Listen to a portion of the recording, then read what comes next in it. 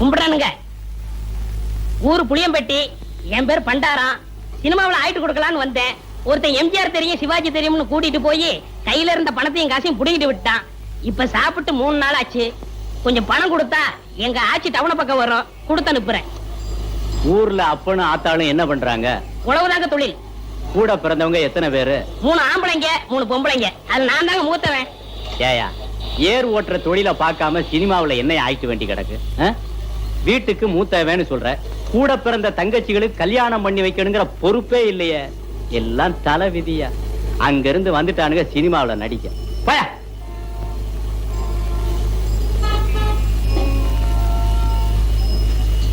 கும்பிடுறனுங்க. நல்லாரு நல்லாரு. ஊர் புளியம்பட்டி, என் பேர் பண்டாரம். சினிமாவில் ஆயிட்டு கொடுக்கலாம்னு. என் சொந்த ஊர் வேப்பம்பட்டி. நானும் கேஸ் தான்.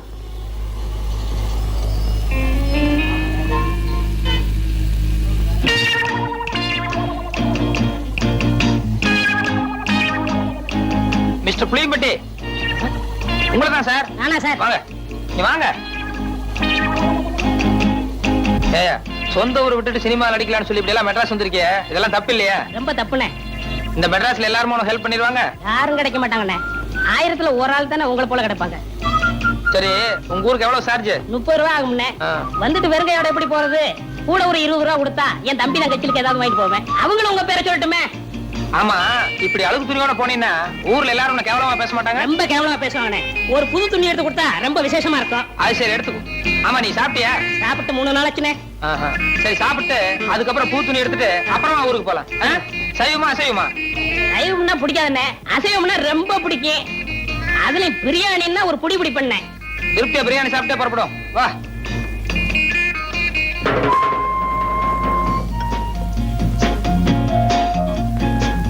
என்ன சாப்பிடுற? சூடா என்ன இருக்கு? அறை இருக்கு. ஏயா, நேத்துல இருந்து ஒண்ணுமே சாப்பிடல. என்ன ஒரே ஒரு இட்லி வாங்கி கொடுத்தா போதும். இப்ப சூடா கேக்குதோ? இல்ல, சாப்பிடுறோம். கொஞ்சம் சூடா சாப்பிட்டா நல்லா இருக்குமே. அதான் கொஞ்சம் இடம் கொடுத்தா போதுமே, தலைக்கு மேல ஏறிடுவீங்களே. என்னப்பா என்ன இருக்கு? Parotta, biryani, chicken fry, chicken masala, fish item, ginger chicken, chilli chicken, mutton fry, mutton masala, omelette. நீ புதுசா? ஆமாங்க. அதான் திணறேன். சரி, நான் சொல்ற மாதிரி செய்ய. 2 புரோட்டா மட்டும் எனக்கு எடுத்துக்கோ. இப்பதான் நான் வீட்டுல சாப்பிட்டு வந்தேன். இவருக்கு சிக்கன் பிரியாணி, மட்டன் மசாலா, அப்புறம் முட்டை புரோட்டா, அப்புறம் மீன், கருவாடு, இன்னும் என்னென்ன இருக்கோ மனம் போல கொண்டு வா. சரி அண்ணே, சத்தியமா சொல்றேன், என் வாழ்க்கையில உங்களை மறக்கவே மாட்டேன்னு. இது சத்தியம்னே. கவலையே படாத, நீ என்ன மறக்கவே முடியாது. ஏன்னா இந்த அளவுக்கு மெட்ராஸ்ல உனக்கு யாரும் செய்யவே முடியாது. அண்ணே, ஊருக்கு போய் பணம் அனுப்புறேன்னே, உங்க அட்ரஸ் கொடுங்கண்ணே. அட்ரஸா? நோ நோ நோ, எனக்கு விளம்பரம் எல்லாம் பிடிக்காது. நான் எப்பவும் பிரதிபலன் எதிர்பார்க்க மாட்டேன். சில நேரங்கள் அதான் தேடி வர்றது உண்டு. இன்னும் நேரம் ஆக ஆக என் பெருந்தன்மையை பத்தி நீ தாராளமா புரிஞ்சுக்குவேன்.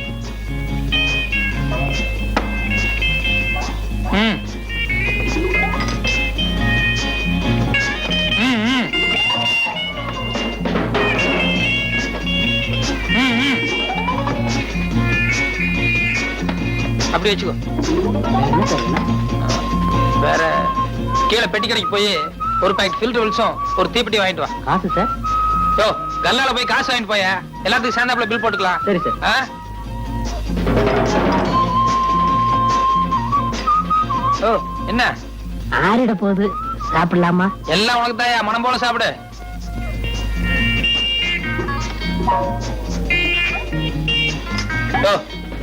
ஒரு கையால சாப்பிடியா? நிறுத்தி நிதானமா சாப்பிடு, ஒண்ணும் அவசரமே இல்ல.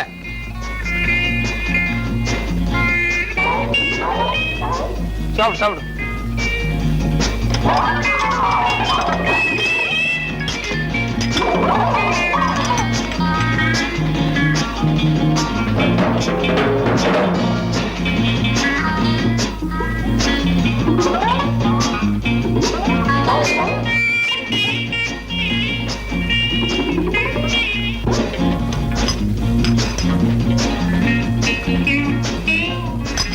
Sir, bill.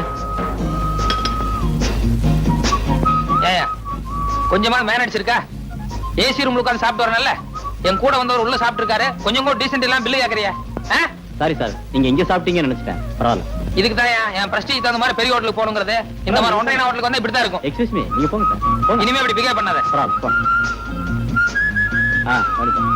வாங்க வாங்க மெதுவா போ. சார் சார் சத்தியமா அந்த ஆளு யாருன்னு தெரியாது சார். என்னை ஏமாத்த இங்க கூட்டிட்டு வந்துட்டான் சார். பொய்யாடா சொல்ற? ஐயம்மா, ஐயோ, ஐயம்மா, ஐயோ.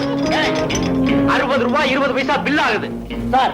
ஏன்னா இவனுக்கு ஒரு வேளை சாப்பாடு போட்டு ஒரு மாசத்துக்கு மேல வாங்கணும். ஐயா, அடிக்காதீங்க, அடிக்காதீங்க.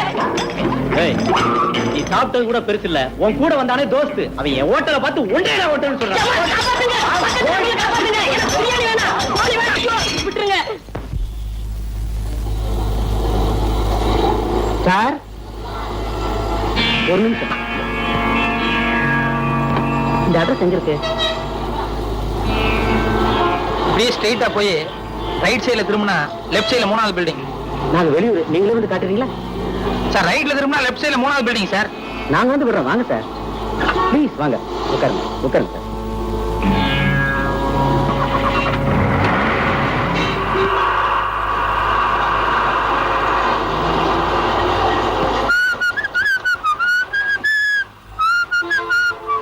நமக்கு எந்த ஊருங்க?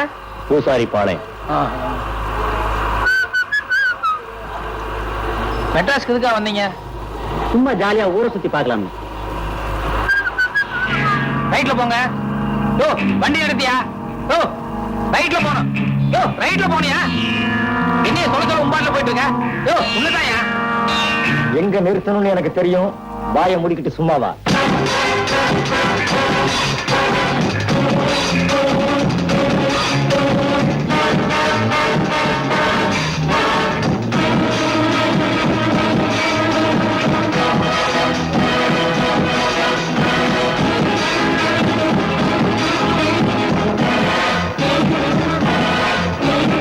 இப்ப நம்ம எங்க போறோம்?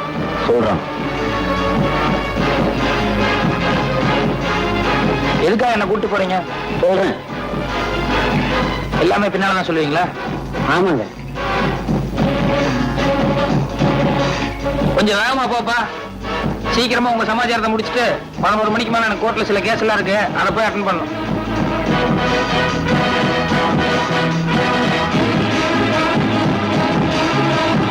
மாமூல் இடத்துக்கு தானே?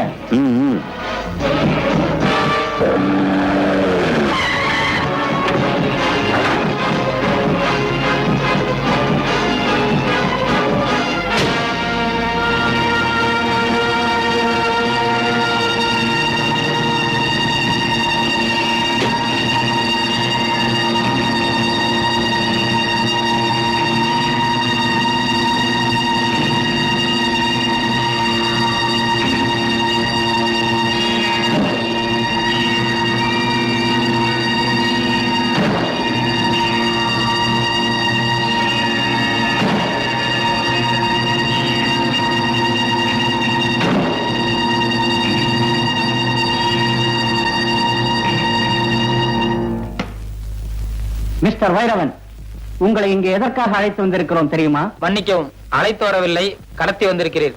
சரி, கடத்தியே வந்தோம். எதுக்காக தெரியுமா? சொன்னா தானே தெரியும். அடுத்த வாரம் கோர்ட்ல ஒரு கொலை கேஸ் நடக்க போகுது. அந்த கேஸ்ல ஒரு அப்பாவிய மாட்ட வச்சிருக்கோம். அவன்தான் அந்த கொலையை செய்ததாகவும் அதை நீ நேருக்கு நேரா பார்த்ததாகவும் கோர்ட்ல வந்து பொய் சாட்சி சொல்லணும். ஓகே?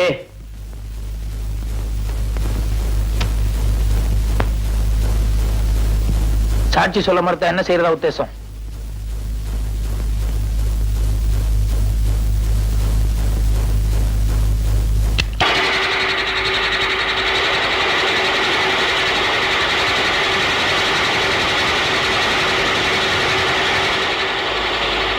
சாட்சி சொல்ல மறுத்தால் இதே மாதிரி நீ 2 ஆயிடுவ. ஓகே, நான் முடிவு பண்ணிட்டேன். சாட்சி சொல்றதா தானே? இல்ல, உங்களை உதைக்க போறதா.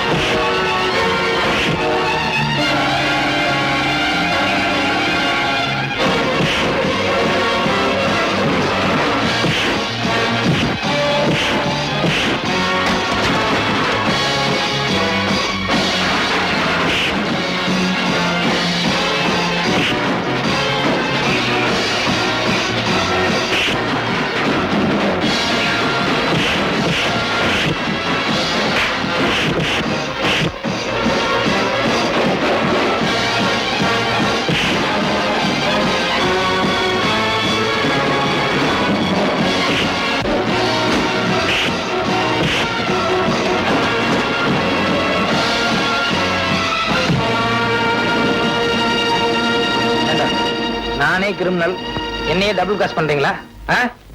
பொய் சாய் சொல்லணும்னா மரியாதை ரேட் பேசலாம்ல? எதுக்குடா கிட்னாப் பண்ணி கொண்டு வந்தீங்க? தப்பு தானே. ரேட் பேசுறதுக்கு தான் எங்க முதலாளி 10,000 ரூபாய் கொடுத்து எங்களை அனுப்பி வச்சாரு. ஏன்னா நாங்க மிரட்டுறதுல நீங்க பயந்துட்டா அதை அப்படியே அமர்த்திக்கலாம்னு பார்த்தோம். ஆனா இப்படி எல்லாம் அடி விழுதுன்னு தெரிஞ்சிருந்தா முதல்லயே மரியாதையா அந்த பணத்தை கொடுத்திருப்போம். சாரி, கொலை கேஸ்ல பொய் சாய் சொல்றது ரொம்ப பாவமான சமாச்சாரம். அதெல்லாம் நான் செய்ய மாட்டேன். வேற ஏதாவது கேஸ் இருந்தா சொல்லு. அண்ணே அண்ணே, நான் புள்ள குட்டிக்காரன். ஏதோ இந்த கேஸ் ஒத்துக்கிட்டீங்கன்னா எனக்கு ஏதாவது கமிஷன் கிடைக்கும். ஏயா, உனக்கு கமிஷன் அடையுங்க, எதை வேணாலும் நான் ஒத்துக்க முடியுமா? எனக்குன்னு ஒரு சில பாலிசிகள்லாம் இருக்குல்ல. என்னென்ன பாலிசி? நமக்கெல்லாம் பாலிசி. ஏதோ வாழ்க்கையில கஷ்ட நஷ்டம் வந்தா எல்லாத்தையும் மறந்துடுவோம். இந்தாங்க நம்ம அட்ரஸ், இதை வச்சுக்கோங்க. வேண்டாயா, நான் ஒரு தடவை சொன்னதுதான். இதெல்லாம் கொடுக்கறது வேஸ்ட். பரவாயில்லண்ணே, கையில வைங்க. மனசு மாறினா உபயோகமா இருக்கும்ல. சரி அண்ணே, நல்லா யோசனை பண்ணிக்கிட்டே போங்க. 10,000 ரூபாய்கள் வாழ்க்கையில பல காரியங்களை சாதிக்கும். ஒரே போன் பண்ணீங்கன்னா 10,000தோட 10 நிமிஷத்துல வந்துருவேன்.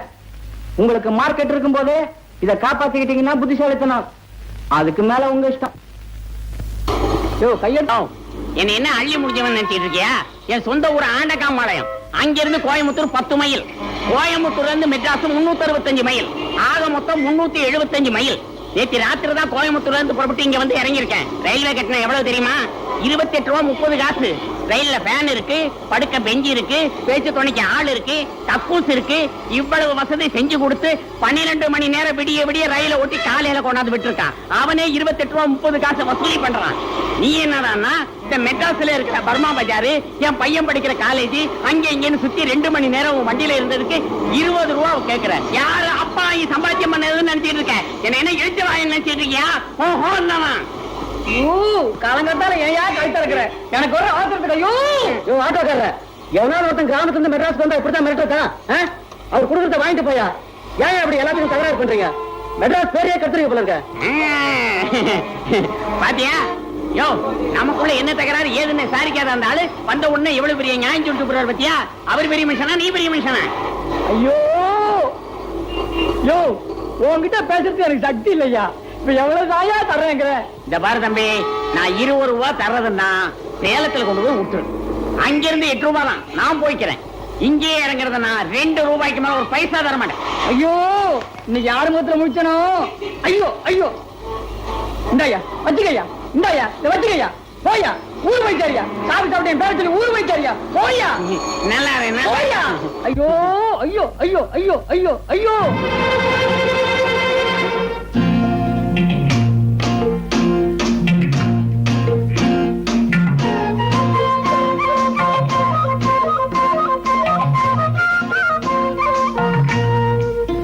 வைத்தியரையா, வைத்தியரையா, பாலக்காட்டாரு வீட்டுக்கு போயிருக்காரு, இப்ப வந்துருவாரு.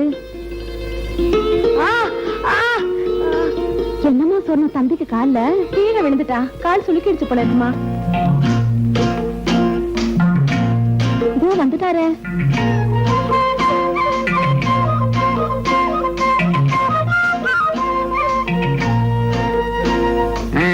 என்னம்மா? கீழே விழுந்து காலை சுளுக்கிட்டான் போல இருக்கு. அதான் மந்திரிச்சிட்டு போலான்னு வந்தேன். கொஞ்சம் வேப்பங்க கொண்டா ஊத்திக்க.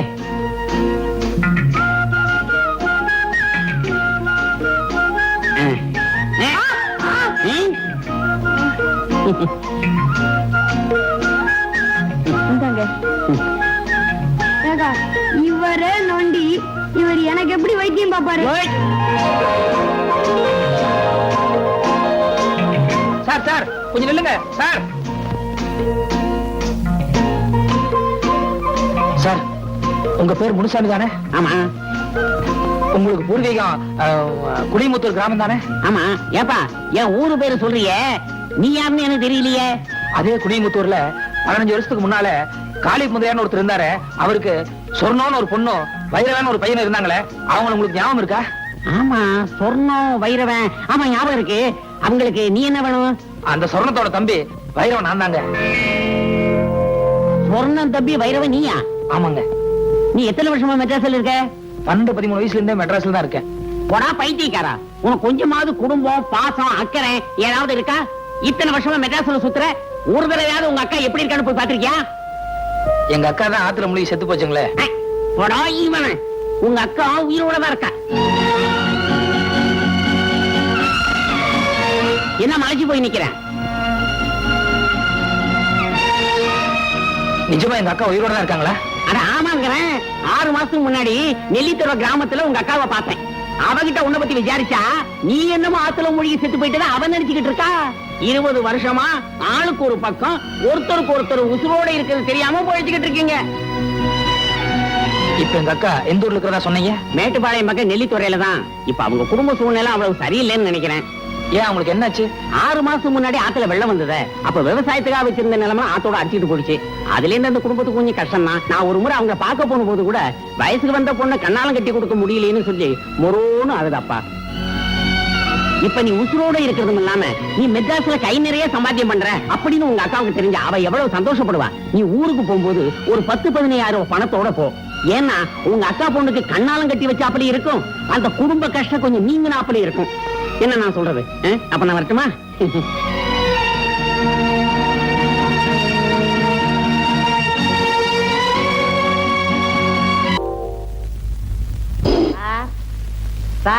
என்ன ஒரு சின்ன சந்தேகம். எதுல? கேஸ்ல தானே? இல்ல சார், நம்ம கேஸ் ஜெயிக்குமான்னு சந்தேகம்.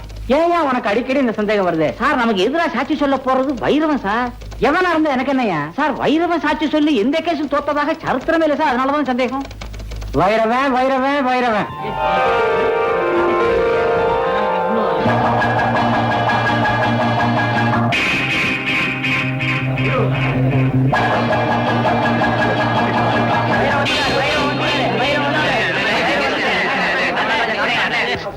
கொஞ்சம் இருங்கப்பா. சும்மா ஆளாளு கசகசன்னு பேசிட்டீங்களே. சாட்சி சொல்றது என்ன சொந்தக்கார வியாபாரம் நினைச்சீங்களா? இதெல்லாம் மென்டல் ஒர்க். ஒரு கேஸ் அட்டன் பண்றதுன்னா என்ன புள்ளி வராங்கிறது, என்ன டீடைல்ஸ், இதெல்லாம் கரெக்டா தெரிஞ்சுக்க வேண்டாமா? சும்மா கசகசன்னு ஆளாளுக்கு பேசிட்டு எங்க லைனா ஒவ்வொருத்தர் என்ன கேஸ்னு சொல்லுங்க. உங்க கேஸ் என்னப்பா? என் பொண்டாட்டி ஒரு பொண்ணோட காதை கட்டிட்டா. அது அவ கடிக்கல, எங்க வீட்டு நாய் தான் கட்டிதுன்னு சாட்சி சொல்லணும். என்னையோ காலங்காத்தால இந்த மாதிரி பொம்பளை கேஸா கொடுக்குறிய. முதல் கேஸ் கொஞ்சம் மூளை உபயோகப்படுத்துற மாதிரி நல்ல கேஸா கொடுக்கறது இல்லையா? என்னையா போயா போ. நீ என்ன கேஸ்பா? அண்ணே, எங்க குடும்பத்துல பங்காளி தகராறுல ஒரு கொலை நடந்து போச்சு. அந்த கொலை நடந்தப்போ தம்பி, நம்ம சட்டத்தோட தர்மம் என்னன்னு தெரியுமா? 1000 குற்றவாளிகள் தப்பிச்சுக்கலாம், ஆனா ஒரு அப்பாவி கூட மாட்டிக்கூடாது. ஒருவேளை நான் ஏதாவது பொய்சா சொல்லி அதுல எந்த அப்பாவியாவது மாட்டிட்டு ஜெயிலுக்கு போனான்னா அது எவ்வளவு பெரிய பாவம். அதனால கொலை கேஸுக்கெல்லாம் நான் பொய்சா சொல்ல மாட்டேன். வேற ஆளை பாருங்க. உங்க கேஸ் என்ன சொல்லுங்க சார். நான் ஒரு ஆளுக்கு கடன் கொடுத்திருந்தேன். அதை திருப்பி கேட்டதுக்கு அந்த ஆள் செருப்பால் அடிச்சிட்டான். அதனாலதான் கேஸ் கொடுத்தேன். அடிச்சாள் வந்து ஒரு ரவுடி. இத கண்ணால பார்த்ததா யாரும் சாட்சி சொல்ல முன்னுக்கு வர மாட்டேன்றாங்க. இப்ப நான் வந்து அந்த ரவுடி உங்களை செருப்பால் அடிச்சான்னு சொல்லிட்டு சாட்சி சொல்லணும். ஆமா சார். Right, okay. இது கொஞ்சம் சுவாரஸ்யமான கேஸ் தான் சார். உங்க கேஸ்ல இன்னொரு நாளைக்கு பாக்குறேன். நீங்க கிளம்புங்க. வாங்க டீடைல்ஸ் பேசுவோம். கேஸோட டீடைல்ஸ் எல்லாம் கொஞ்சம் விவரமா சொல்லுங்க பாக்கலாம். சம்பவம் எத்தனை தேதி நடந்தது? 26ஆம் தேதி சார். எத்தனை மணிக்கு நடந்தது? காலையில 11 மணிக்கு சார். எந்த இடத்துல? வடபழனி பஸ் ஸ்டாண்ட்ல சார்.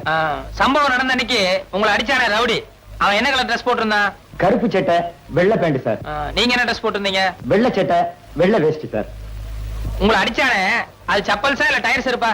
செப்பல் சார். சப்பல்ஸா? ஓகே, ஒரு 100 ரூபாய் எடுங்க.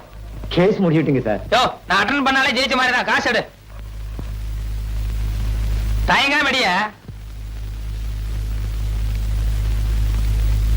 ஆமா, என்ன குறுக்கு விசாரணை செய்ய போற அந்த வக்கீல் பேர் என்ன? நல்ல கண்ணு சார். நல்ல கண்ணுவா? அந்த ஆளுக்கு என்ன பார்த்தாலே கை எல்லாம் விட விடாங்க. தைரியமா இரு. நட. வைரவன் வைரவன் வைரவன். ஐயோ, கேஸோட எல்லா டீடைல்ஸும் கேட்டோம், ஆனா அடிச்ச செருப்போட கலர் கேட்க மறந்துட்டோமே. ஒருவேளை வக்கீல் குறுக்கு விசாரணை அதை கேட்டானா? சரி, சமாளிப்போம்.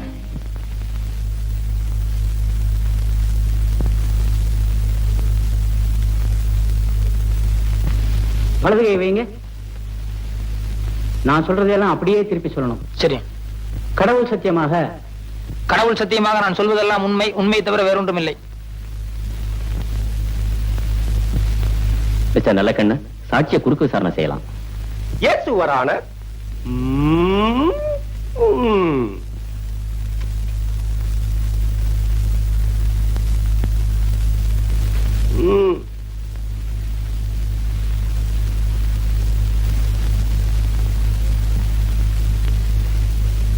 உமது பெயர் தானே பைரவன்? இல்ல சார். மயிலாட், இந்த வழக்கின் முக்கியமான சாட்சியே பைரவன் தான். ஆனால் இங்கு வந்திருப்பது வேறு நபர். இதிலிருந்தே தெரிகிறது இவர் செட்டப் செய்யப்பட்ட பொய் சாட்சி என்று. என் பேரு பைரவன் இல்ல, வைரவன். Order order. யோ, அறிவு இருக்கா முண்டம்? ஏய்யா, ஒரு வேலை எடுத்தா பொறுப்பு பயபக்தி ஏதாவது இருக்கா? 30 வருஷம் ஆனாலும் நீ முன்னுக்கு வரவே முடியாதியா. அப்பப்ப பாயிண்ட்கள் எடுத்துக்கூடியா? தடுமாறல்ல. Yes proceed. மிஸ்டர் வைரவன், உமது தொழில்? வெளியூர்ல இருந்து யாராவது மெட்ராஸ்க்கு வந்தாங்கன்னா அவங்களுக்கு மெட்ராஸ் எல்லாம் சுத்தி காட்டுறது. ஓ, யூ மீன் டூரிஸ்ட் கைட்? நம்ம தொழிலை விட இந்த தொழில் பெட்டர்ல? அடுத்த கேள்வி கேளுங்க. எமது கட்சிக்காரர் உமது கட்சிக்காரரை வெறுப்பால் அடிக்கும் போது நீ பார்த்தீரா? வெறுப்பால் இல்ல, செருப்பால். செருப்பால் அடிக்கும் போது நீர் பார்த்தீரா? பார்த்தேன். அடுத்த கேள்வி என்னையா? செருப்பால எந்த இடத்துல அடிச்சான்னு கேளுங்க. எந்த இடத்தில் அடித்தார்? கண்ணு காது மூக்குன்னு ஏகப்பட்ட இடத்துல அடிச்சிட்டாருங்க. நோ நோ, நான் அந்த இடத்தை கேட்கவில்லை. ரோட்டிலா, வீட்டிலா, காட்டிலா, தோப்பிலா, எந்த இடத்தில் அடித்தார்? பஸ் ஸ்டாண்ட்ல அடிச்சாருங்க. எந்த bus stand? Vadapalli bus stand. 13A போகுமே அதுவா? இல்ல சார், 12B போகும்போது அந்த பஸ் ஸ்டாண்டு. அறிவு கிட்ட முண்டம் ஆள மடக்கிறது மாதிரி ஒரு கேள்வி சொல்லியா? சம்பவம் நடந்தப்போ 2 கட்சிக்காரங்களும் எந்த கலர்ல டிரஸ் போட்டிருந்தாங்கன்னு கேளுங்க. போங்க. Good good. மிஸ்டர் வைரவன், மாலையில் சம்பவம் நடந்த போது? சார், சம்பவம் காலையில தான் நடந்தது. குட். சும்மா ஒரு டெஸ்டுக்காக கேட்டேன். காலையில் சம்பவம் நடந்த போது எமது கட்சிக்காரர் என்ன கலர் டிரஸ் போட்டிருந்தார்? வெள்ளை சட்டு வேஷ்டி. வெட்டியின் நிறம் என்ன? வேஷ்டினா வெள்ளை தானே சார்? உமது கட்சிக்காரர் என்ன கலர் டிரஸ் போட்டிருந்தார்? கருப்பு சட்டு வெள்ளை பேண்ட். கூலிங் கிளாஸ் போட்டிருந்தாரா, பவர் கிளாஸா? ரெண்டுமே போட மாட்டார். வந்து போய் கேட்டு வாங்க. நீ எல்லாம் என் குமாஸ்தாவா இருக்க லாயக்கே இல்லையா. அவன் எதை கேட்டாலும் கரெக்டா சொல்லிடுறான். ஏதாவது ஒரு பாயிண்டா சொல்லியா? அடிச்ச செருப்பு என்ன கலர்னு கேளுங்க. ஆக மிஸ்டர் வைரவன், எமது கட்சிக்காரன் உமது கட்சிக்காரரை செருப்பால் அடிக்கும் போது நீ பார்த்திருக்கிறேன். ஆமாம். உண்மையாக? உண்மையாக. நிஜமாக? நிஜமாக. உறுதியாக? உறுதியாக. நிச்சயமாக? நிச்சயமாக. சத்தியமாக? சத்தியமாக. அப்படியான அடித்த செருப்பு நிறம் என்ன? அது சொல்லுங்க. அது சொல்லுங்க. வரல, சொல்லுங்க சீக்கிரம். அது சீக்கிரம். லேட் ஆகுது. கோத்தாரவர்களே லேட் ஆகுது. சீக்கிரம். அடித்ததை நேரில் பார்த்திருந்தால் அதன் கலர் தெரிந்திருக்கும் அல்லவா? சொல்லுங்க சொல்லுங்க.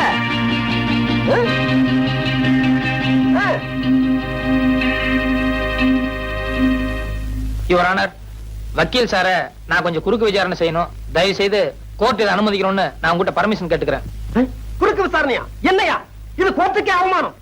மயிலாட், சட்டம் தெரிந்த என்னை ஒரு சாதாரண சாட்சி குறுக்கு விசாரணை செய்வதா?